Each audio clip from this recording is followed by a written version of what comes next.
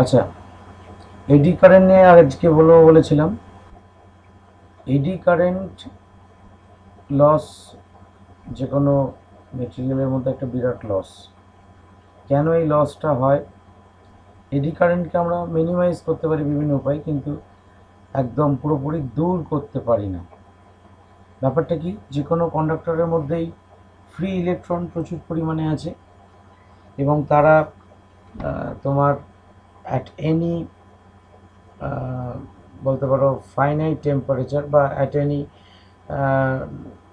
Feasible temperature সেই ইলেকট্রনগুলো সেই কন্ডাক্টরের মধ্যে যত্রতত্র ঘুরে বেড়াতে থাকে, র্যান্ডামলি ঘুরে বেড়াতে থাকে। এবার ইলেকট্রন চার্জ পার্টিকেল, এইবার যখন তুমি ফ্যারাডেজ ল পড়েছিলে, ব্যাপারটা ভাবো এইভাবে, ফ্যারাডেজ ল পড়েছিলে যখন, এই ছবিটা আমি একটু ফিরে যেতে চাই। সেটা হচ্ছে যখন এই ম্যাগনেটটাকে এই লুপের কাছে নিয়ে আসা হচ্ছিল, এই লুপের মধ্যে দিয়ে ম্যাগনেটিক ফ্লাক্স টাইমের রেসপেক্টে চেঞ্জ করছিল, সময় সাপেক্ষে পরিবর্তিত হচ্ছিল, এবং তার ফলে এই লুপের মধ্যে একটা ইলেকট্রোমোটিভ ফোর্স বা ইএমএফ জেনারেটেড হচ্ছিল, যা কিনা এর মধ্যে একটা আবার ইনডিউসড কারেন্ট ফ্লো করাচ্ছিল বা তোমার তড়িৎ প্রবাহ হচ্ছিল। তা এই তড়িৎ প্রবাহ বা ইলেকট্রিক কারেন্ট বেসিক্যালি তো ফ্লো অফ চার্জেস, অর্থাৎ আদানের প্রবাহ। সহজ কথায় বলতে গেলে তাহলে এই যে ম্যাগনেটটাকে আমি যখন কাছে নিয়ে আসছি, অর্থাৎ এই জায়গায় যখন ম্যাগনেটিক ফিল্ডের একটা সময়ের সাপেক্ষে পরিবর্তন ঘটছে, তখন কি হচ্ছে, তখন এই কন্ডাক্টরের মধ্যে থাকা যে চার্জ পার্টিকেলগুলো, অর্থাৎ বেসিক্যালি ইলেকট্রনগুলোই ধরি, তারা তার মানে একটা ফোর্স এক্সপিরিয়েন্স করছে, বলে তারা একটা নির্দিষ্ট ডিরেকশনে একটা ফোর্স এক্সপিরিয়েন্স করছে, বলে তারা একটা নির্দিষ্ট ডিরেকশনে মুভ করছে, ফলে ইলেকট্রিক কারেন্ট তৈরি হচ্ছে।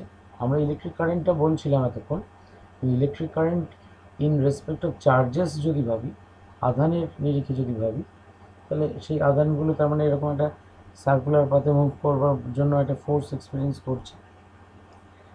সেই ঘটনাটাই তুমি যদি এবার এইরকম এই যে লুপটা ঢুকিয়েছি, এটার কথা ভাবতে হবে না। তুমি ভাবো যে একটা মেটালের কাছে একটা যে কোনো মেটালিক প্লেট বা কিছু আছে, সেই মেটালিক প্লেটের কাছে আমি একটা ম্যাগনেটকে নিয়ে আসছি বা ম্যাগনেটটাকে দূরে নিয়ে চলে যাচ্ছি, অর্থাৎ সেই মেটাল প্লেটের কাছে, মেটাল প্লেটের যে জায়গায় মেটাল প্লেটটা উপস্থিত আছে সেই জায়গাকার magnetic field, it is gradually changing with time, এটা সময় সাপেক্ষে পরিবর্তিত হচ্ছে। তাই যদি হবে, তাহলে এর মধ্যে ওই মেটাল প্লেটের মধ্যে যে ইলেকট্রনগুলো আছে, ফ্রি ইলেকট্রনগুলো, তারা তাহলে একটা এরকম সার্কুলার ফোর্স, অর্থাৎ তারা একটা এরকম সেন্ট্রাল ফোর্স এক্সপিরিয়েন্স করবে। আমরা তো এর আগেও দেখেছি যে সেই যখন motion of a charge particle in magnetic field পড়েছিলাম, charge particle in perpendicular uniform, পুরোনো জিনিস রিক্যাপিচুলেশন করি, তার মানে কোনো চার্জ পার্টিকেল এরকম একটা পারপেন্ডিকুলার ইউনিফর্ম ম্যাগনেটিক ফিল্ডের মধ্যে পৌঁছালে সে একটা ফোর্স এক্সপিরিয়েন্স করে এবং সে একটা সার্কুলার পাথ এক্সপিরিয়েন্স করে। এটা দেখো কনস্ট্যান্ট ম্যাগনেটিক ফিল্ড, এখানে টাইম ভ্যারিং ম্যাগনেটিক ফিল্ডের প্রয়োজনও নেই। টাইম ভ্যারিং ম্যাগনেটিক ফিল্ডের ক্ষেত্রে এই ভেলোসিটিটা কখনো বাড়বে কখনো কমবে, কারণ এই যে বি ফিল্ডের মানটা সময় সাপেক্ষে পরিবর্তিত হচ্ছে বা চেঞ্জ হচ্ছে। অর্থাৎ একটা জিনিস আমরা অলরেডি শিখে এসেছি, যে একটা চার্জ পার্টিকেল সে ভি ভেলোসিটি নিয়ে একটা ম্যাগনেটিক ফিল্ডে, ইউনিফর্ম ম্যাগনেটিক ফিল্ডে যদি প্রবেশ করে, it will cover or it will go through a circular loop. ঠিক তেমনি করে এডি কারেন্টের বেলায় কিন্তু একই রকমভাবে ওই যে তোমার ইলেকট্রনগুলো কার মধ্যে আছে না, মেটালের মধ্যে আছে, মেটাল কন্ডাক্টরের যে কন্ডাক্টরটা নিয়ে কাজ করছি তার মধ্যে আছে, সেই কন্ডাক্টরের মধ্যে থাকা ইলেকট্রনগুলো এই এক্সটার্নাল ম্যাগনেটিক ফিল্ডের প্রভাবে সে এরকম একটা সার্কুলার পাথে ঘুরতে শুরু করবে। যখন ম্যাগনেটিক ফিল্ড স্ট্রেংথ বেশি তখন একরকম রেডিয়াসে ঘুরবে, যখন ম্যাগনেটিক ফিল্ড স্ট্রেংথ কম তখন আর একরকম রেডিয়াসে ঘুরবে, মোট কথা ঘুরবে।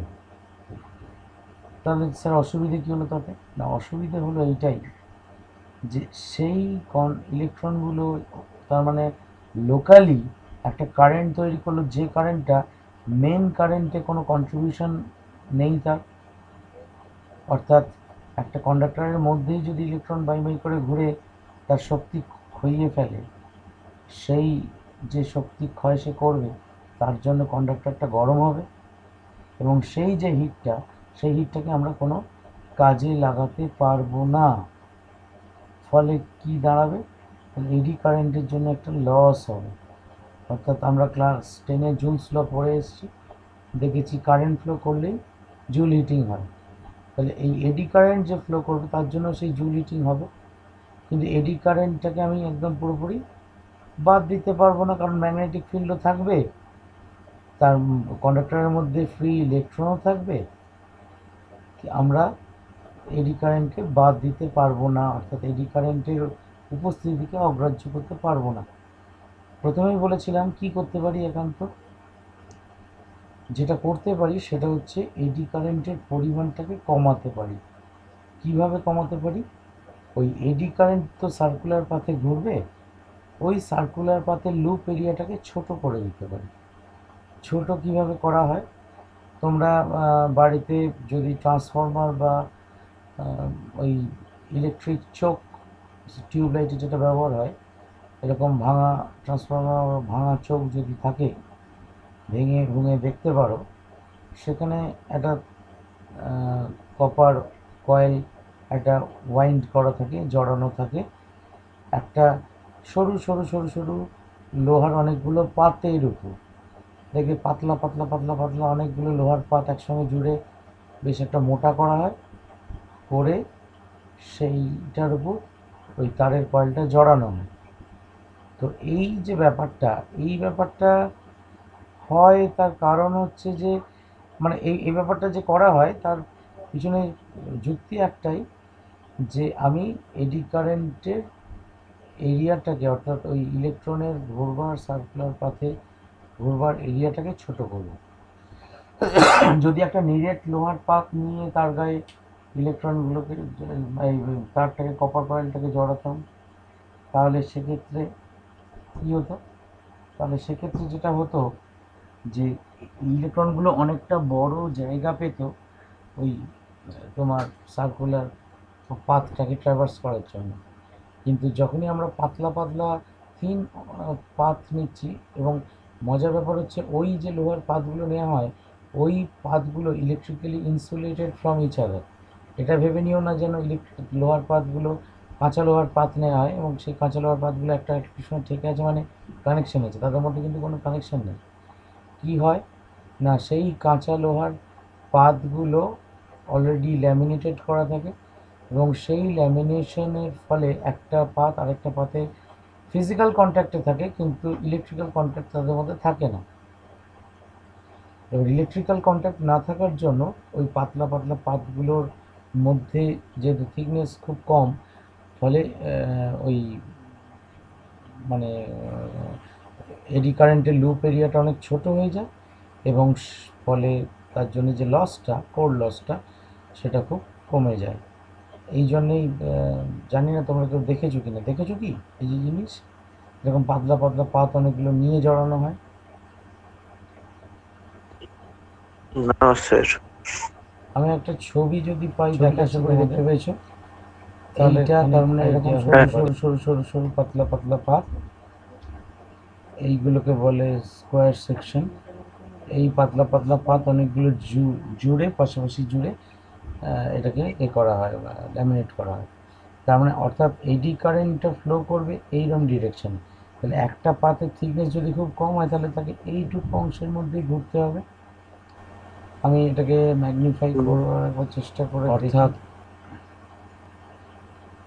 এডি কারেন্টটা কীভাবে ঘোরে না, এইভাবে ঘোরে, পাশেরটার মধ্যে এইভাবে ঘোরে।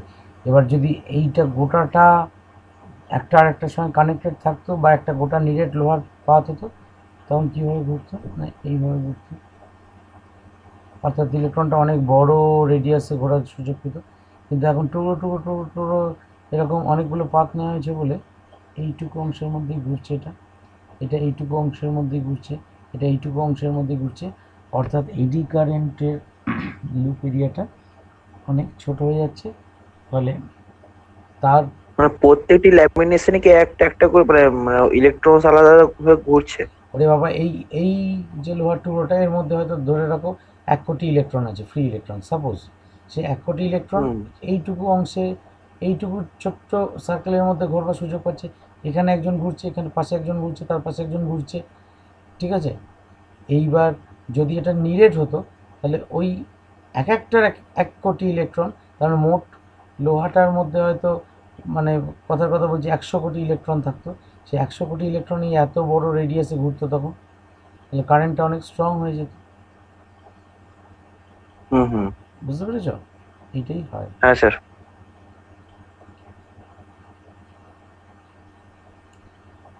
বেশ, আমরা নেক্সট টপিকে আসছি, মিউচুয়াল ইন্ডাকশন।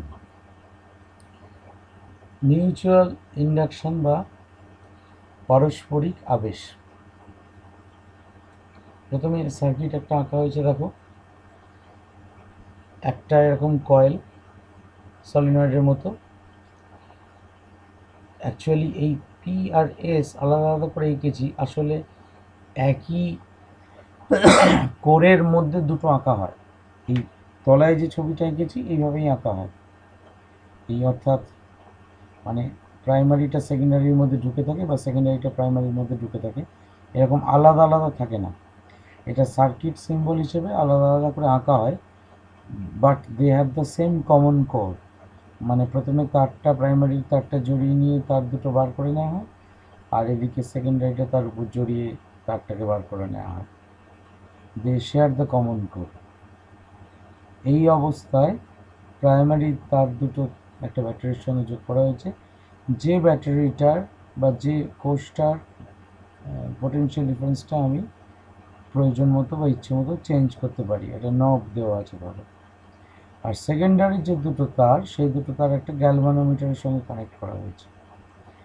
এই অবস্থায় আমি এইখানে কারেন্ট, প্রথমত ধরো সুইচ অফ অবস্থায় আছে, নব একদম বাঁ দিকে ঘোরানো।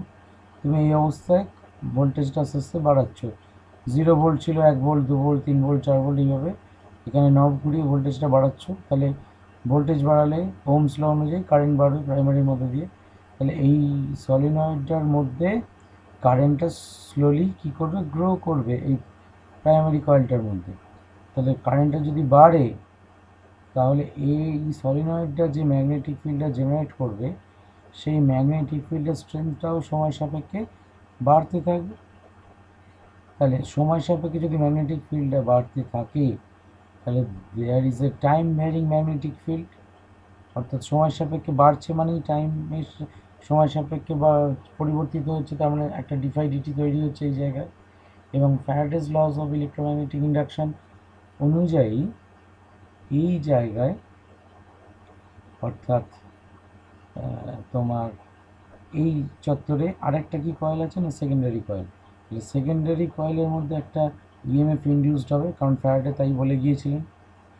এবং তার ফলে এই গ্যালভানোমিটারের কাঁটার ডিফ্লেকশন দেখা যাবে, গ্যালভানোমিটারের কাঁটা নড়বে। এবং মজার বিষয় হচ্ছে, তুমি যখন ধরো এই ব্যাটারিটার ভোল্টেজটা তুমি 0 ভোল্ট থেকে 10 ভোল্ট অবধি বাড়াতে পারো, তাহলে নব ঘুরিয়ে 0, 1, 2, 3, 4, 5, 6, 7, 8, 9, 10 অবধি বাড়াতে থাকছিলে যখন, তখন গ্যালভানোমিটারের কাঁটা যেদিকে ডিফ্লেক্ট করছিল, আবার 10 ভোল্ট থেকে কমিয়ে 10, 9, 8, 7, 6, 5, 4, 3, 2, 1, 0 যখন কমাচ্ছ ভোল্টেজটা, তখন গ্যালভানোমিটারের কাঁটা উল্টো দিকে ডিফ্লেক্ট করছে, কিন্তু ডিফ্লেক্ট করছে। হোয়াট ডাজ ইট মিন? এটা মানে হচ্ছে যে ওই গ্যালভানোমিটারের মধ্য দিয়ে দুবারই কারেন্ট ফ্লো করছে, সেটা হচ্ছে ইনডিউসড কারেন্ট। যখন পজিটিভ দিকে আমি ভোল্টেজটা বাড়াচ্ছিলাম, কারেন্টটা যেদিকে ফ্লো করছিল, মানে কারেন্টটা বলবো না, তখন ইনক্রিজিং ম্যাগনেটিক ফ্লাক্স ছিল উইথ রেসপেক্ট টু টাইম। আর যখন ভোল্টেজটা কমাচ্ছি তখন decreasing magnetic flux with respect to time. তাহলে increasing magnetic flux with respect to time হলেও কারেন্ট ফ্লো করছে, মানে ইনডিউসড কারেন্ট এই সার্কিটে, এই সেকেন্ডারি সার্কিটে ফ্লো করছে একদিকে। আর যখন কারেন্ট মানে প্রাইমারি কারেন্ট যখন ডিকে করছে অর্থাৎ কমছে, তখন তার উল্টো ডিরেকশানে গ্যালভানোমিটারে কাঁটা নড়ছে আগে। এখানে এবার আর একটা এখানে জিনিস করা হয়েছে, সেটা হচ্ছে যে দেখো এই বড় কয়েলটা হচ্ছে প্রাইমারি কয়েল, বড় বড় যার টার্মসগুলো, আর এই ভেতরে একদম ঘন ঘন ছোটো ছোটো পাকগুলো হচ্ছে সেকেন্ডারি কয়েল, এবং তারা কিন্তু একই কোর, ওই যে কথাটা বারবার বলছি, দে শেয়ার দ্য সেম কোর। কিন্তু মজাটা হচ্ছে এই প্রাথমিক কয়েলটা, প্রাইমারি কয়েলটা পুরোপুরি সেকেন্ডারি কয়েলকে মাস্ক করেনি, ঢাকা দেয়নি, খানিকটা ঢাকা দিয়েছে, খানিকটা বাইরে আছে। এই অবস্থায় আমি যদি এখানে কারেন্টটা, এখানে ধরো ভোল্টেজটাকে কনস্ট্যান্ট রাখলাম, ভোল্টেজটাকে ধরো 10 ভোল্ট রেখেছি, তার ফলে এর মধ্যে দিয়ে একটা কনস্ট্যান্ট কারেন্ট ফ্লো করছে, কারেন্টের কোনো পরিবর্তন হচ্ছে না, এবং এর এর মধ্যে যে ম্যাগনেটিক ফিল্ড সেটাও কনস্ট্যান্ট।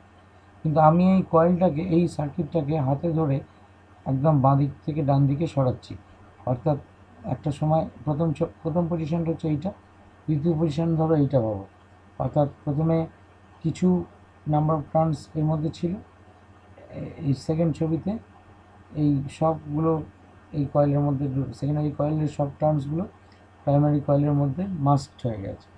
অর্থাৎ বলতে চাইছি যে আমি মেকানিক্যালি যদি এই প্রাইমারি কয়েলটাকে সেকেন্ডারি কয়েলের উপর দিয়ে এরমভাবে ডিসপ্লেস করাই, তাহলে আগে যতগুলো ম্যাগনেটিক লাইন্স অফ ফোর্স এই সলিনয়েডের এই সেকেন্ডারি কয়েলের মধ্যে দিয়ে পাস করছিল, এখন তার চেয়ে বেশি করবে।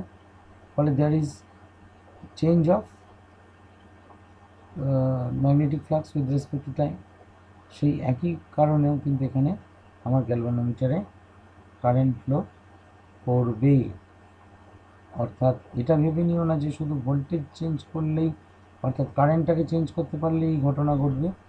আমি যদি কারেন্টটাকে সেম রেখেছি, এখানে যদিও আমি ভেরিয়েবল সোর্স নিয়েছি, ভেরিয়েবল সোর্স না নিলেও কনস্ট্যান্ট সোর্স নিয়েও এই ঘটনাটা ঘটানো যেত। এখানে আমি এখানে I1 লিখেছি, এখানে I2 লিখেছি, দেখো তার মানে এখানে আবার একটা জিনিস, এখান থেকে আরও একটা এক্সপ্লেনেশন পাওয়া যায়। অর্থাৎ ধরা যাক এখানে এইটা ভেরিয়েবল ভোল্টেজ সোর্স, এই ভেরিয়েবল ভোল্টেজ সোর্সের ভোল্টেজটা আমি 0 ভোল্ট থেকে 10 ভোল্ট বাড়িয়েছি, এই অবস্থায় রেখে, এটাকে নড়াইনি। আমি তো নড়ানোর গল্প একটা বললাম, নড়ানোর গল্পটা এখানে লেখা নেই। এর ভ্যালুটা 0 থেকে 10 ভোল্ট বাড়িয়েছি। গ্যালভানোমিটারের কাঁটা আমায় ধরো দেখালো, শো করলো যে এর মধ্যে দিয়ে এখন I1 কারেন্ট ফ্লো করলো। আমি এইটাকে সরিয়ে এইরকম পজিশনে রেখে, অর্থাৎ মাঝামাঝি অবস্থানে রেখে, অর্থাৎ পুরোপুরি সেকেন্ডারি কয়েলটাকে মাস্ক করে রেখে এই অবস্থায় 0 থেকে 10 ভোল্ট আবার ভোল্টেজটাকে বাড়ালাম। অর্থাৎ প্রাইমারি কয়েলের ম্যাগনেটিক ফ্লাক্স চেঞ্জটা দুটো ক্ষেত্রে একই করলাম, 0 থেকে 10 ভোল্ট করলাম, এটাও 0 থেকে 10 ভোল্ট করলাম। এখানেও যদি স্মল আই কারেন্ট ফ্লো করে থাকে, এখানে মানে স্মল আই কারেন্টটা তো কনস্ট্যান্ট নয়, সেই জন্য স্মল আই।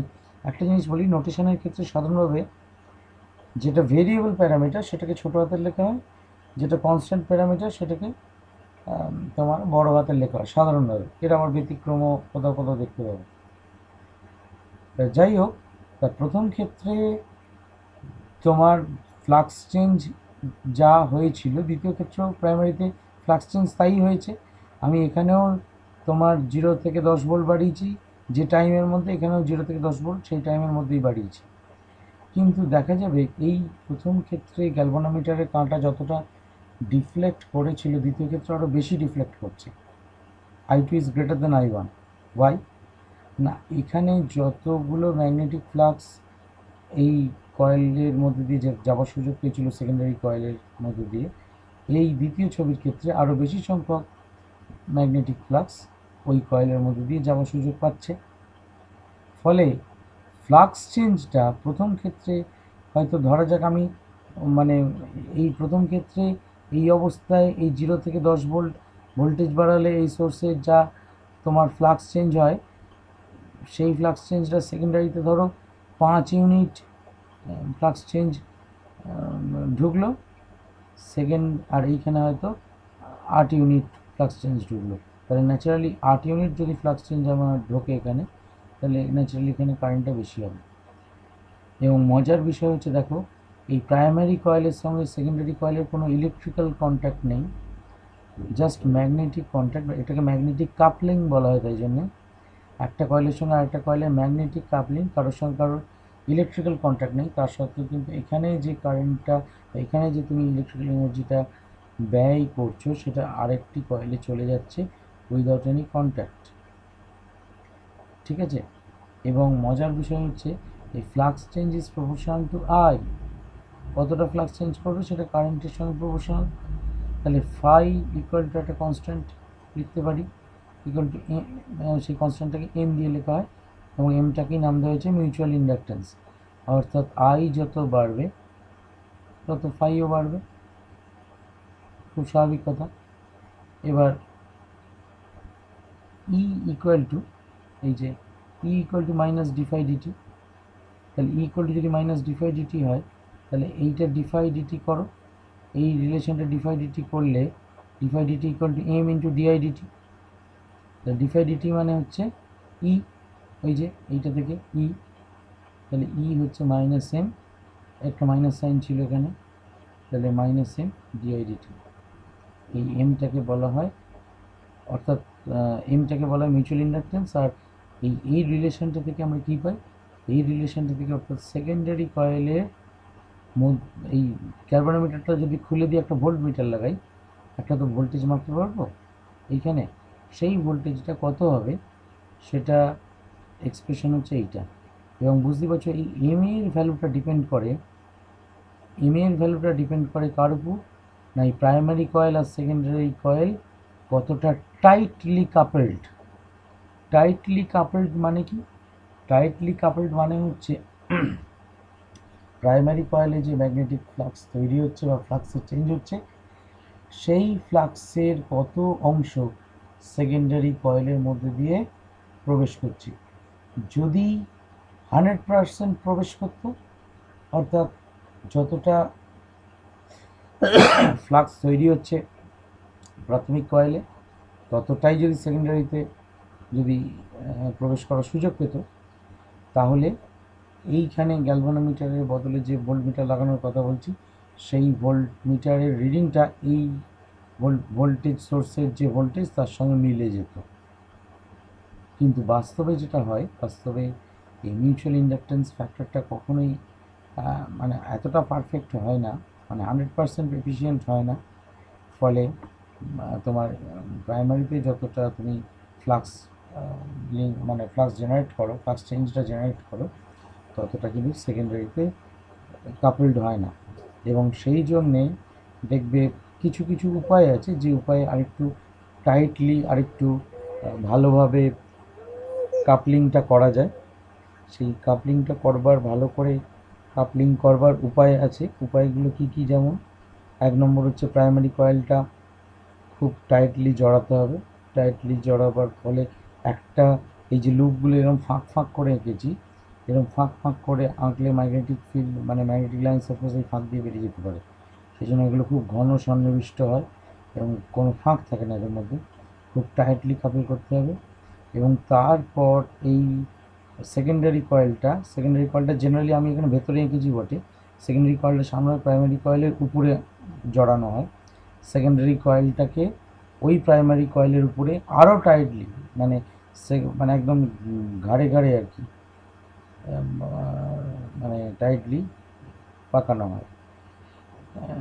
এবং তার এত টাইটলি পাকানো সত্ত্বেও প্রত্যেকটারই তো কিছু এন্ড এফেক্ট বা এন্ড এরার থাকে, ফলে কিছু ফ্লাক্স সবসময় বাইরে বেরোয়, সেটা কিছু করার থাকে না। তা মিউচুয়াল ইন্ডাকটেন্স,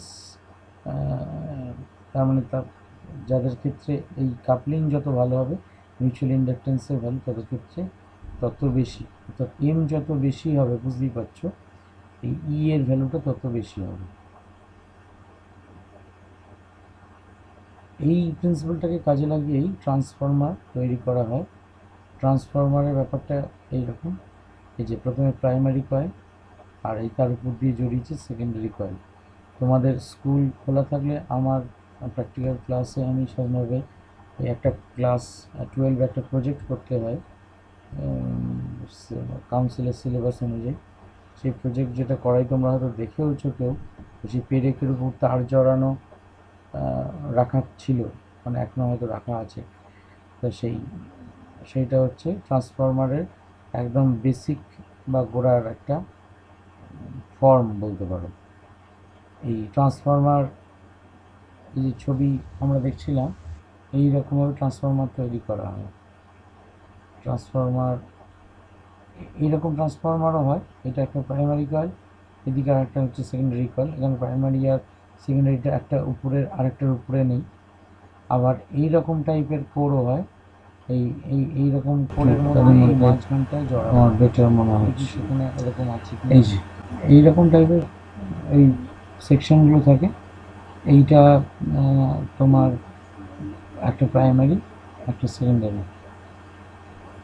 এরকম ট্রান্সফর্মার জেনারেলি আমরা বাড়িতে ব্যবহার করি না। বাড়িতে ট্রান্সফর্মার, প্রশ্ন করতে পারো স্যার বাড়িতে ট্রান্সফর্মার কোথায় ব্যবহার করি? বাড়িতে ট্রান্সফর্মার ব্যবহার এখন অনেকটা কমেই গেছে বলতে পারো। আগেতে অনেক সময় রেডিও টেডিও চালানোর জন্য ট্রান্সফর্মার দিয়ে অ্যাডাপ্টার তৈরি করা হতো, বা অনেক সময় ওই অ্যাডাপ্টার কিনতেও পাওয়া যেত, যে 4.5 ভোল্টের বা 6 ভোল্টের ট্রান্সফার অ্যাডাপ্টার এসি থেকে ডিসি, অর্থাৎ আমরা ওই মেন লাইনে গুঁজে দেবো আর আমাদের ডিসি ইনস্ট্রুমেন্টটা চলবে। পাপার যেমন মনে থাকবে, পাপার একটা সেই সিনথেসাইজার ছিল, সেই সিনথেসাইজারটা বাজানোর জন্য একটা ট্রান্সফর্মার ছিল। সেই ট্রান্সফর্মারটা আবার মাঝে একটু বিগড়ে গিয়েছিল, সেটা আবার চেঞ্জেবল, মানে 12 ভোল্ট অব্দি ভ্যালুগুলোকে চেঞ্জ করা যেত, তাই তো পাপা? ওই অ্যাডাপ্টারের মধ্যে হ্যাঁ স্যার। ওই অ্যাডাপ্টারের মধ্যে ট্রান্সফর্মার থাকে। আর এরই এখন একটা বলতে পারো, মিউট করো, ফিডব্যাক আসছে। ওই অ্যাডাপ্টারেরই এখন একটা বলতে পারো চেঞ্জড ফর্ম হচ্ছে এখনকার মোবাইল চার্জারগুলো। তার মধ্যে অবশ্য ট্রান্সফর্মার থাকে না। ট্রান্সফর্মার থাকলে একটু ভারী হবে, বড় হবে। এই এখনকার এইগুলোর মধ্যে এটা থাকে না, ট্রান্সফর্মার থাকে না এখনকার মোবাইল চার্জারগুলোর মধ্যে। ওটা অন্য সিস্টেমে এসি থেকে ডিসি কনভার্ট করে, ওটা হচ্ছে বুস্ট টু বাক সার্কিট বলে। তো যাই হোক, তা এই কি ট্রান্সফরমারে সার্কিট বললেন sir?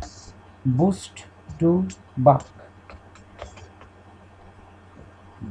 Boost is the secret of my energy, সেই বুস্ট। আর বাক বানানো হচ্ছে বিইউসিকে, বাক।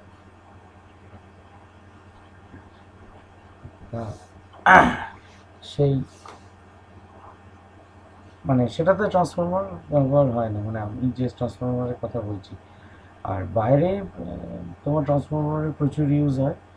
তোমরা যাদের, মানে আমরা যদি রাস্তায় দেখি, আমাদের টাউনশিপেও দেখতে পাই কিছুটা দূরে দূরে বড় বড় ট্রান্সফর্মার লাগানো আছে।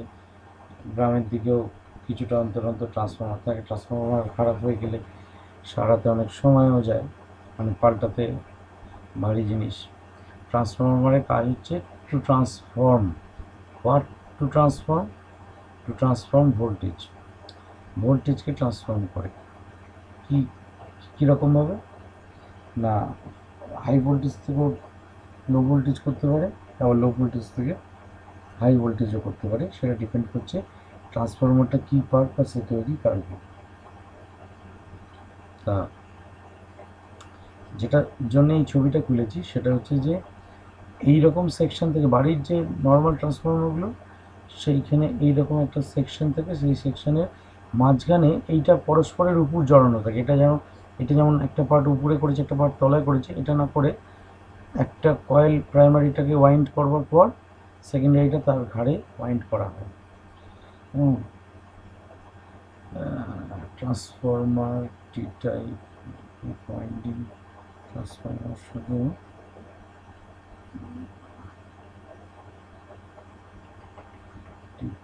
Transformer photograph photo picture photo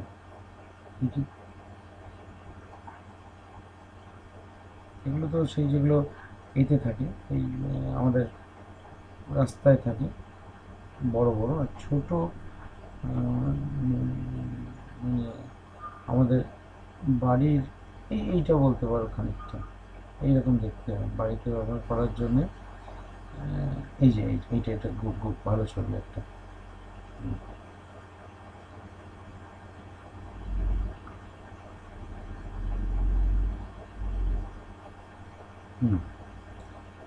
এইটা হচ্ছে 12 ভোল্টের ট্রান্সফরমার, 3 অ্যাম্পিয়ারের। একদিকে প্রাইমারি কয়েল আছে, একদিকে সেকেন্ডারি কয়েল আছে। লালটা সম্ভবত প্রাইমারি কয়েল। এইরকম জিনিস আমার কাছেও বাড়িতে আছে, কিন্তু তোমাদের আর কীভাবে দেখাবো। এই যে এই সেইটা স্যার দাদারাও বানিয়েছিল ট্রান্সফরমার। সেটা তো পেরেক দিয়ে, তোমাদেরও বানানো করাতাম, কিন্তু আর সুযোগ ঘটলো না এবছর। স্যার বলে দিন এখন থেকে ঘরে বানায় যদি তখন লাগে। লাগবে আর কি, হায়ার সেকেন্ডারি পরীক্ষায় যদি না হয় আর বানিয়ে কি করবে। আচ্ছা সে হবে স্যার, অসুবিধা নেই। টিকিটটা দেখাতে দিলাম।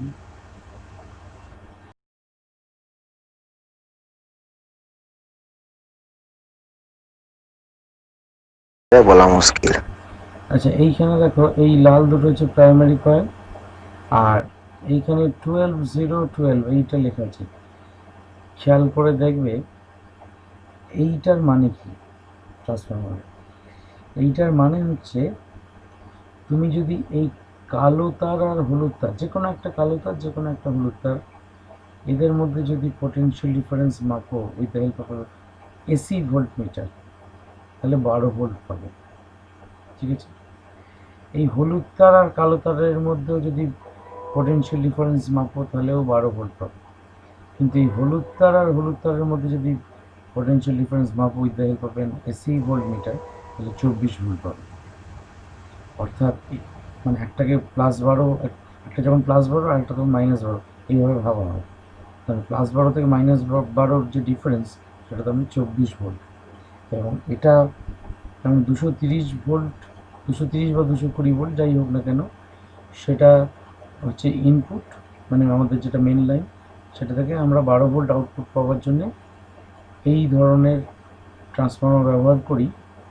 এই ধরনের ট্রান্সফর্মারকে সেন্টার ট্যাপ ট্রান্সফর্মার বলে। সেন্টার ট্যাপিং করা মানে হচ্ছে টাচ করা।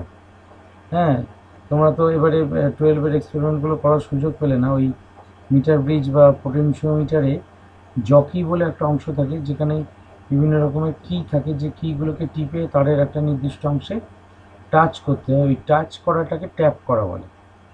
মানে ট্যাপিং কথাটা ইলেকট্রিক্যাল ইঞ্জিনিয়ারিংয়ে বা ইলেকট্রিক্যাল টেকনোলজিতে ট্যাপিং মানে touching, just touching. Centre tapped transformer মানে হচ্ছে অর্থাৎ এই সেকেন্ডারি ওয়াইন্ডিং যখন করা হয়েছে, সেকেন্ডারি ওয়াইন্ডিং করার সময় তোমার ওই কয়েলের, ধরো আমি সেকেন্ডারিতে কথার কথা বলছি, হয়তো আমি টোটাল 1000 টার্নস আমি পাকাবো, 1000 পাক পাকাবো। এইবার 500 পাক পাকানোর পর আমি তারটাকে একটু ঘষে ল্যামিনেশনটাকে ছাড়িয়ে সেখান থেকে একটা তার সোল্ডারিং করে বার করে রেখে দিলাম। দিয়ে এবার ওই তারটা জড়াতে, যেটা জড়াচ্ছি সেটা জড়াতে রাখলাম। অর্থাৎ 500 টার্নের পর একটা তার অ্যাজিভ আমার বেরিয়ে এলো। তারপরে আবার 500 টার্ন জড়ালাম। অর্থাৎ তার মানে ওই যে তারটা, তার মানে নেট 1000 পাক জড়ালাম, তার 1000 পাকের এইটা একটা প্রান্ত, এইটা আরেকটা প্রান্ত, আর 500 পাক জড়াবার পর যেটা ট্যাপিং করেছি সেই প্রান্তটা হচ্ছে কালো তারটা। বুঝতে পেরেছি সেন্টার ট্যাপ মানে কি? তা এবার এই ট্রান্সফরমার নিয়ে আমরা বাড়িতে ওই সমস্ত কাজে ব্যবহার করতাম। তা ট্রান্সফরমারের মূল তোমাদের যেটুকু থিওরি তোমাদের সিলেবাসে আছে, সেটা হচ্ছে ট্রান্সফরমার কী নীতিতে কাজ করে সেটা বুঝতেই পারছো, এই মিউচুয়াল ইন্ডাকটেন্সের নীতিতে। অর্থাৎ ট্রান্সফরমারের ওয়াইন্ডিং দেখবে দাদাদের জিজ্ঞেস করতে পারো ঋষি, যে প্রাইমারিতে আমি ওদেরকে মোটামুটি 1000 টার্নস করিয়েছিলাম আর সেকেন্ডারিতে 500 টার্নস করিয়েছিলাম। এবং তাহলে হিসেব মতো ট্রান্সফরমার, আইডিয়াল ট্রান্সফরমারের যে প্রিন্সিপাল, সেখানে বলা হয় যে ওই প্রাইমারি ভোল্টেজ আর সেকেন্ডারি ভোল্টেজের যে রেশিওটা, সেটা ওই নাম্বার অফ টার্নস রেশিওর সঙ্গে সমান হয়। অর্থাৎ তার মানে প্রাইমারিতে 1000 পাক, সেকেন্ডারিতে 500 পাক। তাহলে প্রাইমারি ভোল্টেজ যদি 220 ভোল্ট হয়, সেকেন্ডারিতে তাহলে 110 ভোল্ট হবে। সহজ হিসেব। আমরা সেকেন্ডারিতে কোনো ছাত্রের ক্ষেত্রে হয়তো 30 ভোল্ট পেয়েছি, যেটা 110 ভোল্ট হওয়ার কথা ছিল। কারোর হয়তো 15 ভোল্ট পেয়েছি, কারোর ক্ষেত্রে 5 ভোল্ট পেয়েছি, এরকমও পেয়েছি। আমি প্রত্যেকের ওই বানানো ট্রান্সফরমার মাপতাম একটা দিন, দুটো দিন নিয়ে। আমার একটা নিজস্ব ট্রান্সফরমার টেস্টিং একটা কিট বানিয়েছিলাম, যে কিটটা দিয়ে ওই ট্রান্সফরমারটাকে চেক করা যেত। এমনি সাধারণভাবে মাপা যায় না, ট্রান্সফরমার দিলে পুড়ে যাবে আর কি, মানে ওই ট্রান্সফরমার তারপর সব পুড়ে আগুন লেগে যাবে। ওকে যাতে না পড়ে তার ব্যবস্থা, সেই এটাকে নিয়ে সাবধানতাটা নিতে হয়, মানে তার জন্য একটা সেট আপ তৈরি করতে হয়। সেই সেট আপ দিয়ে মেপেছিলাম, তা তাইতে এইরকম এসেছিলো। তা এবার তাহলে প্রশ্ন করবে যে স্যার তাহলে কেন এটা 110 ভোল্ট হওয়ার কথা সেকেন্ডারিতে, 1000 পাক প্রাইমারিতে, 500 পাক সেকেন্ডারিতে, তাহলে হওয়া উচিত তো সেকেন্ডারি ভোল্টেজ তো 110 ভোল্ট হওয়া উচিত। তা তো হলো না। তা হলো না যে, তার কারণ কি? কারণ অনেকগুলো। 1 নম্বর হচ্ছে আমরা হাতে করে পাকিয়েছি, তারটাকে খুব সবসময় টাইটলি জড়াতে পারিনি, বা ওই যে তারগুলো জড়িয়েছি, তাহলে একটা তারের সঙ্গে আরেকটা তারের মধ্যে ফাঁক থেকে গেছে অনেক সময়, যেটা মেশিনে একদম ইউনিফর্মলি জড়ালে একদম ঘন ঘন হতো এবং কোনো ফাঁক থাকতো না। সেটা হাতে অত নিখুঁতভাবে পাকানো সম্ভব না। এটা ম্যানুফ্যাকচারিং ডিফেক্ট, কিছু করার নেই, হাতে আমি জড়ালেও তাই হবে। 2 নম্বর কথা হচ্ছে তোমার ওই ট্রান্সফরমারটা, ধরো কেউ সরু পেরেক নিয়েছিল, আমি মোটামুটি বলেছিলাম 50টা পেরেক। কেউ সরু পেরেক নিয়েছে, কেউ মোটা পেরেক নিয়েছে। যে মোটা পেরেক নিয়েছে তার ক্ষেত্রে যেটা হয়েছে, তার ক্ষেত্রে ওই কোটটা একটু বড় হয়েছে, মোটা সোটা হয়েছে, ফলে তার একটু তারটা বেশি লেগেছে, মানে জড়ানোর জন্য। মোটা জায়গায় যদি 1000 পাক জড়াতে হয় মোটা করে, তাহলে তারটা বেশি লাগে। তার ক্ষেত্রে দেখা যায় যে কাপলিং এরিয়াটা বেড়ে যাওয়ার জন্য তার হয়তো কাপলিংটা ভালো হয়েছে, কিন্তু যারা খুব সরু পেরেকে জড়িয়েছে, হ্যাঁ, তাদের বেলায় কাপলিংটা মোটেও ভালো হয়নি। 3 নম্বর কথা, তোমরা ট্রান্সফরমারের যে ছবি দেখলে ট্রান্সফরমার কোরে, তাইতে দেখতে পেলে যে একটা কোরের সঙ্গে আরেকটা কোর একদম গায়ে গায়ে সুন্দরভাবে লেগে আছে, কোথাও একটু ফাঁক নেই। কিন্তু বাস্তবে আমরা যখন পেরেকগুলো জড়ো করছি, একটা পেরেকের সঙ্গে পাশের পেরেকের অনেক ফাঁক, যথেষ্ট ফাঁক। তাহলে ওইখান দিয়ে ম্যাগনেটিক ফ্লাক্স সব বেরিয়ে যাচ্ছে।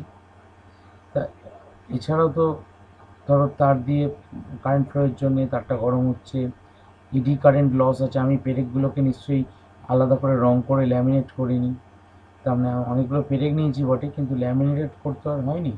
তাহলে এডি কারেন্ট লস আছে, হিস্টেরিসিস লস আছে, এবং জুল হিটিং আছে। 3টি লসের জন্য ওই জায়গাটা গরম হয়ে যাচ্ছে। জুল হিটিং জানো কি, এডি কারেন্ট আজকে বোঝালাম।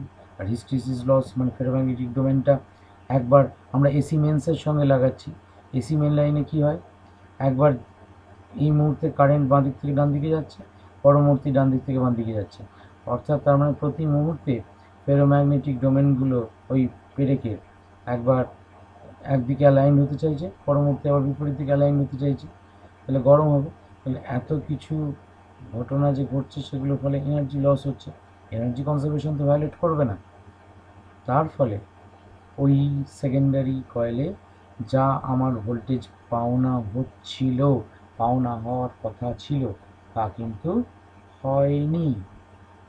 আর টেকনিক্যালি পরবর্তীকালে যদি কেউ ইলেকট্রিক্যাল ইঞ্জিনিয়ারিং নিয়ে পড়ো, ট্রান্সফরমার হাতে নাতে তৈরি করবে, তখন দেখবে আরও অনেক কিছু টেকনিক্যাল প্যারামিটার্স থাকে, যেগুলো ট্রান্সফরমার তৈরির ক্ষেত্রে ব্যবহার করা হয়। যেমন ওই কোর যার উপর ওই কয়েলটা জড়ানো হয়, তার ভিতরে আবার এক্সট্রা আই সেকশন যোগ করে আরও টাইট করা হয় কোডটাকে। তারপর আবার তোমার প্রাইমারি কয়েলটা যত সরু তারে জড়ানো হয়, সেকেন্ডারি কয়েলটা তার চেয়ে একটু মোটা তারে জড়ানো হয়। অর্থাৎ সেকেন্ডারি কয়েলের তারের গেজটা কম, প্রাইমারি কয়েলের তারের গেজটা বেশি। গেজ হচ্ছে এমন একটা মাপ, গেজের ভ্যালু যত বেশি তার তত সরু হয়। 36 SWG দিয়ে আমি জড়াতে বলি, স্ট্যান্ডার্ড ওয়্যার গেজ 36 বলেছিলাম কিনতে, একটু দাম কম হয়, সরু তার হলে দাম কম হবে, সেই জন্য যাতে সবাই কিনতে পারে সেই জন্য 36 SWG দিয়েই ওরা প্রাইমারি কয়েল জড়িয়েছিল, 36 SWG দিয়েই ওরা সেকেন্ডারি জড়িয়েছিল।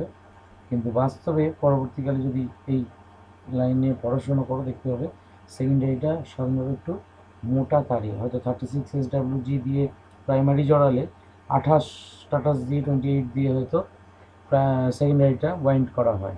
এই সমস্তগুলো করা হয়নি, যেরকম তার কিনলে খরচ বেশি হবে, তার নষ্ট হবে বেশি, এগুলো বাদ দিয়েছিলাম।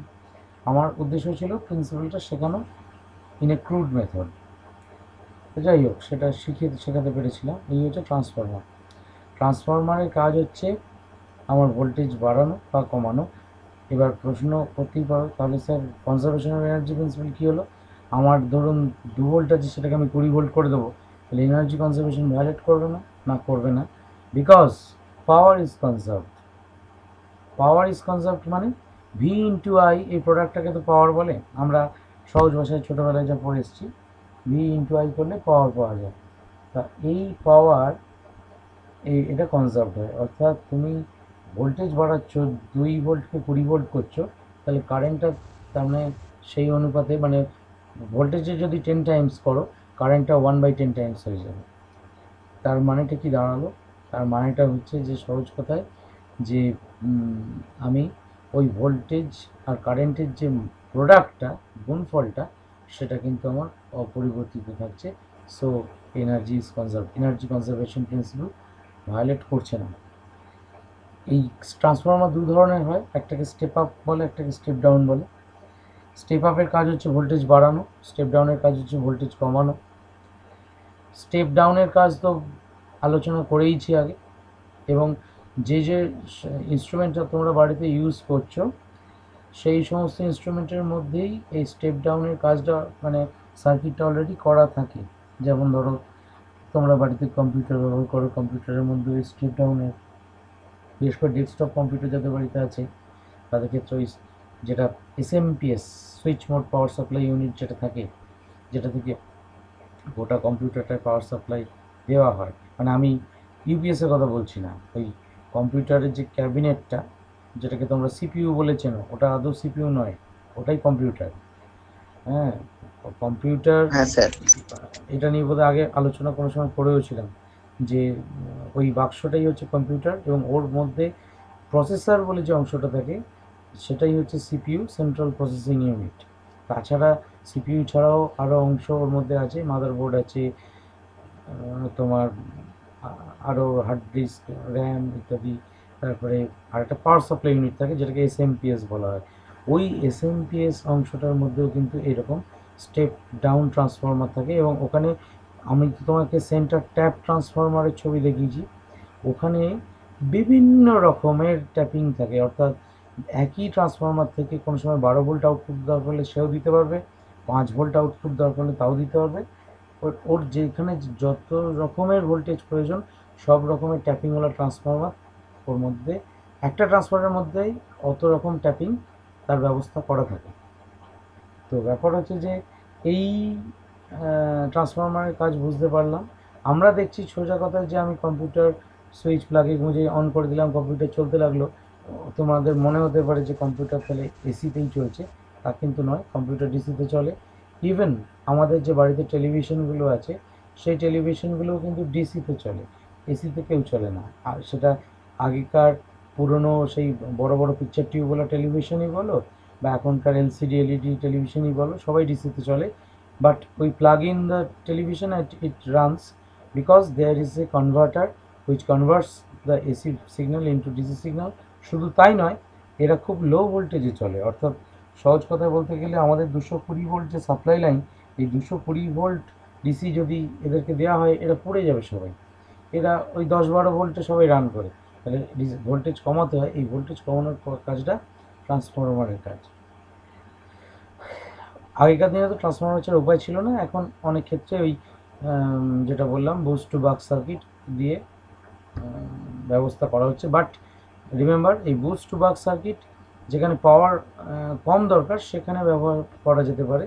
যেখানে বেশি পাওয়ার দরকার, 12 ভোল্টে হয়তো বেশি পাওয়ার দরকার, সেখানে কিন্তু ট্রান্সফরমারই ব্যবহার করতে হবে, অন্য কিছু ব্যবহার করা যাবে না।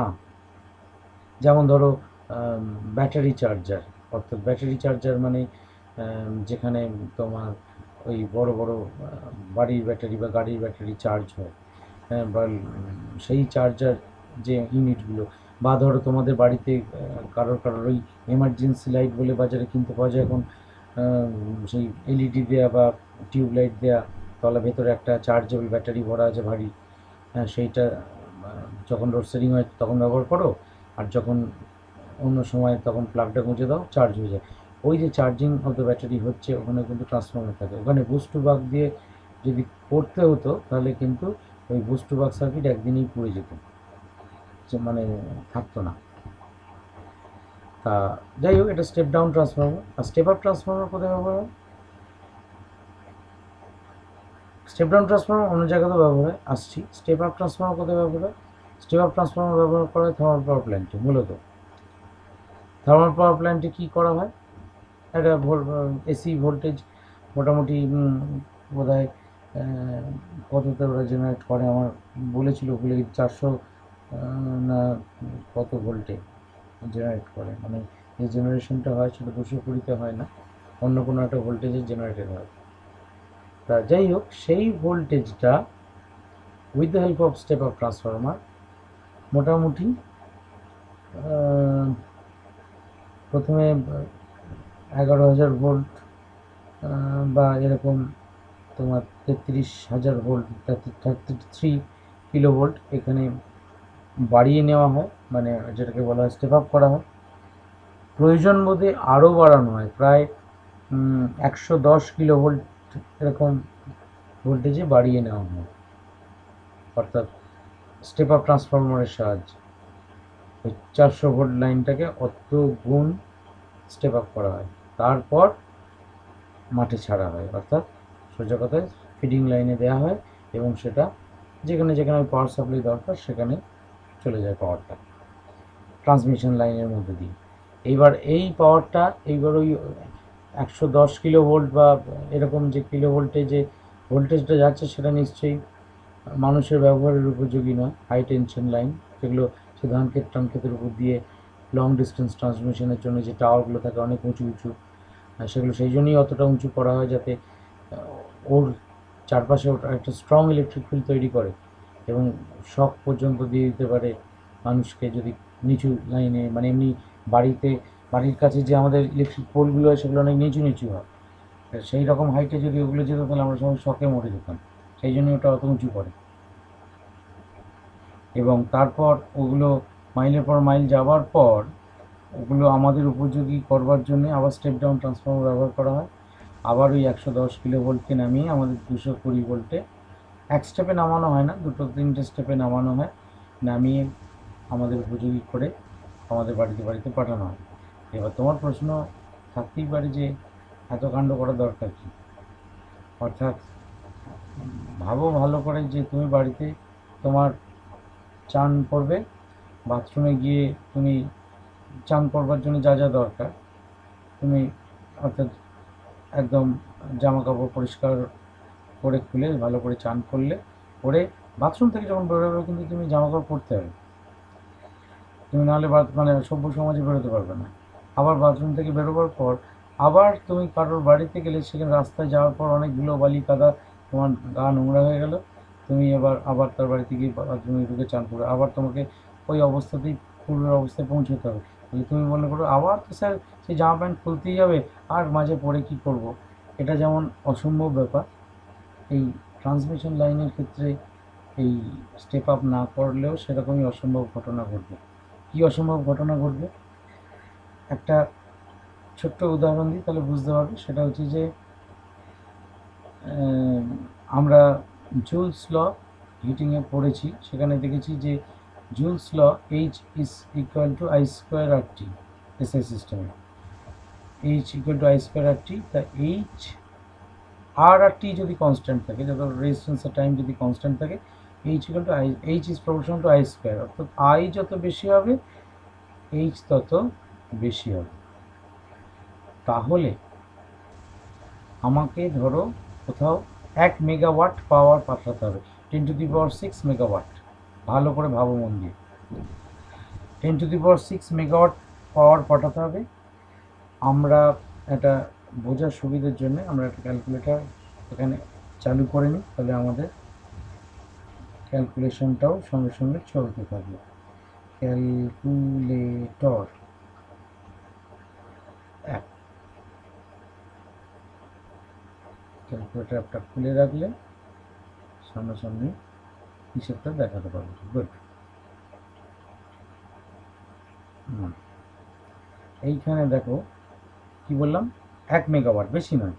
এই 1 মেগাওয়াট পাওয়ার খুব বেশি নয়। যেমন সিউড়ি শহরে হয়তো সন্ধ্যেবেলা আমাদের হয়তো 5 মেগাওয়াট কি 10 মেগাওয়াট পাওয়ার লাগে, আমার জানা নেই। আমি হচ্ছে 1 মেগাওয়াট, 1 মেগাওয়াট মানে 10⁶ ওয়াট, মানে একের পিঠে সহজ ভাষায় 6টা শূন্য, 1 2 3 4 5 6, এই হচ্ছে 1 মেগাওয়াট, 6টা শূন্য। এইবার আমরা জানি পাওয়ার হচ্ছে V into I, voltage into current করলে পাওয়ার হয়, এটা হচ্ছে পাওয়ার। তাহলে আমরা 220 ভোল্টে যদি পাঠাতাম কি সমস্যা হতো? তাহলে আমার ইকুয়েশন কী দাঁড়াচ্ছে, এই 10⁶ ইকুয়াল টু 220 ইন্টু আই। তাহলে আমরা আই পেতে গেলে, কারেন্ট পেতে গেলে 220 দিয়ে এটাকে ভাগ করলেই আমরা, তার মানে তারের মধ্যে দিয়ে কত কারেন্ট যাবে সেটা পেয়ে যাবো। এটা তাহলে ডিভাইড করি কত দিয়ে, 220 দিয়ে দিলে আমার উত্তর বেরোবে 454545, মানে রেকারিং, মানে 4545, পয়েন্টটা বাদ দিয়ে দিলাম, এত অ্যাম্পিয়ার কারেন্ট ফ্লো করবে, 4500 অ্যাম্পিয়ারের মতো কারেন্ট ফ্লো করবে তারের মধ্যে দিয়ে, কেবলমাত্র সিউড়ি শহরে এখান থেকে কারেন্ট পাঠাতে গেলে। এবার আর একটা হিসেব করি, এটা একটু খেয়াল রাখো বা লিখে রাখো, 4500 কথাটা কত লিখে রাখো, পরে আমি আবার আলোচনা করব যখন, আমি জিজ্ঞাসা করব, এটাকে ক্লিয়ার করি। এবার একটা সাধারণ হিসেব করো, আমাদের যে একটা 100 ওয়াটের বাল্ব জ্বলে বাড়িতে, 100 ওয়াটের বাল্ব জ্বালালেই দেখবে কীরকম গরম হয়ে যায়, মানে হাত দেওয়া যায় না, হিটিংটা কীরকম হয় বুঝতে পারছো। সেই 100 ওয়াট বাল্ব জ্বালানোর জন্য 100 ওয়াট বাল্বের মধ্যে কতটা কারেন্ট ফ্লো করে, 100 ডিভাইডেড বাই 220, তাহলে 0.4545, এখানে হচ্ছে একই হিসেব, অর্থাৎ এত অ্যাম্পিয়ার কারেন্ট ফ্লো করে। তাহলে আমার ওখানে কত ফ্লো করছিল, 4545 অ্যাম্পিয়ার ফ্লো করছিল, 100 ওয়াট বাল্বেই এতটা ফ্লো করে। তাহলে তার মানে সহজ কথায়, আমরা 10,000 খানা 100 ওয়াটের বাল্ব জ্বালালে যে পরিমাণ হিটিং হবে, একটা বাল্বেই কি হিট দেখতে পেয়েছি। 1000 ওয়াটের হিটারে এসো, এবার এটাকে বন্ধ করি। 1000 ওয়াটের যে হিটার হয়, 1000 ওয়াটের হিটারে রান্না পর্যন্ত করা যায়, এত গরম হয়। তাহলে 1000 ডিভাইডেড বাই 220, সেখানে 4.54 অ্যাম্পিয়ার কারেন্ট ফ্লো করছে, তার বেশি নয়। তাইতে অত হিট হচ্ছে, খাবার মানে রান্না হয়ে যাচ্ছে। তাহলে 4500 অ্যাম্পিয়ার ফ্লো করলে ওই তার থাকবে, তারটা তো নিমেষে গলে যাবে, যাবে কি, মানে থাকবে কি ওই তারটা, বাঁচবে না। তাহলে আমি যদি এইবার এই 1 মেগাওয়াট পাওয়ারটাকে এইভাবে পাঠাই, অর্থাৎ আমি 110 কিলো ভোল্টে ভোল্টেজটাকে তুলে নিয়েছি, দিয়ে পাঠাচ্ছি। এবার 110 কিলো ভোল্টে তুলে নিয়েছি, আমার পাঠাতে হবে 1 মেগাওয়াট। বেশ, 1 মেগাওয়াট মানে হচ্ছে একে পিঠে 6টা শূন্য, তাকে ভাগ করছি কত দিয়ে না, 110 কিলো ভোল্ট বলেছি, 110, আর কিলো ভোল্টের জন্য আরও 3টে শূন্য, কিলো আছে, 1 2 3, 9 অ্যাম্পিয়ার কারেন্ট যাবে। 4.5 অ্যাম্পিয়ার কারেন্ট যাচ্ছিলো, সেখানে 9 অ্যাম্পিয়ার কারেন্ট যাবে। হ্যাঁ, 9 অ্যাম্পিয়ার কারেন্ট আমরা পাঠাতে পারি, একটু মোটা তার দিলেই পাঠানো যাবেই। বুঝতে পারা যাচ্ছে কেন আমরা স্টেপ আপ করছি? স্টেপ আপ না করলে এত বেশি কারেন্ট পাঠাতে হতো যাতে করে তোমার এত বেশি হিট ওই রাস্তার মধ্যেই তৈরি হতো, সেই হিটে ওই তারটা গলে যেত। শুধু তাই নয়, এনার্জি ওয়েস্টেজ হতো। আমরা যেটা খরচ করে যে এনার্জিটা উৎপাদন করছি, সেটা যদি রাস্তায় মানে মানে গরম হয়ে নষ্ট হয়ে যায়, তাহলে আমার যে উদ্দেশ্য যেখানে পাঠানো সেখানে তো গেল না। কিছু তো লস হয়ই, একদম পুরোপুরি আমরা এটাকে এলিমিনেট করতে পারি না, কিন্তু মিনিমাইজ করতে পারি। যতটা পরিমাণ সম্ভব, যতটা সম্ভব আমরা কমাতে পারি, সেই জন্যই স্টেপ আপ করা দরকার। আবার সেটাকে স্টেপ ডাউন করতে হয়। এই আমাদের গ্রামে গ্রামে যে ট্রান্সফরমারগুলো থাকে, সেই ট্রান্সফরমারগুলোর কাজ হচ্ছে স্টেপ ডাউন করা। খুব ভালো করে যদি খেয়াল করো, খুব ভালো করে খেয়াল করে দেখবে, ওই রকম ট্রান্সফরমারের কাছে হাত দিতে যেও না। দেখবে একটা মোটা কেবল মাটির মধ্যে থেকে এসছে, মাটির মধ্যে থেকে বেরিয়েছে। সেইটা হচ্ছে ওই 110 ভোল্টের, 110 কিলো ভোল্টের লাইনটা, যেটা মাটির তলা দিয়ে এসছে। সেটাই আসলে ওই ওভারহেড ওভারহেড ট্রান্সমিশন লাইনের মধ্যে দিয়ে যায়, মাঠের পর মাঠ যায় যে লাইনটা, সেটা আসলে মাঠের পর মাঠ যাবার পর গ্রামের দিকে যখন ঢোকে, সেটা মাটির তলা দিয়ে ঢোকে। কোথাও কোথাও থেকে খুঁটি পাওয়া থাকে মাঠের মধ্যে, যে high voltage line, HT line, সেখানে খোঁড়াখুঁড়ি করা চলে না। একবার যদি কোদাল টোদালে পেয়ে যায়, তাহলে আর দেখতে হবে না। আর সেই কেবলটা উঠে ট্রান্সফরমারে ঢুকছে, ট্রান্সফরমার থেকে যে তারটা বেরোচ্ছে আবার, সেইটা এবার আমাদের গ্রামে গ্রামে যে পোস্ট বা খুঁটিতে ইলেকট্রিক লাইন গেছে, তার সঙ্গে জোড়া আছে। অর্থাৎ that transformer is converting that high voltage to that amount of voltage which we can tolerate. আমাদের বাড়ির যন্ত্রপাতি যে পরিমাণ ভোল্টেজ সহ্য করতে পারবে, সেই পরিমাণ ভোল্টেজে ওই স্টেপ ডাউন ট্রান্সফরমার ওটাকে কনভার্ট করে দিচ্ছে। ক্লিয়ার হলো?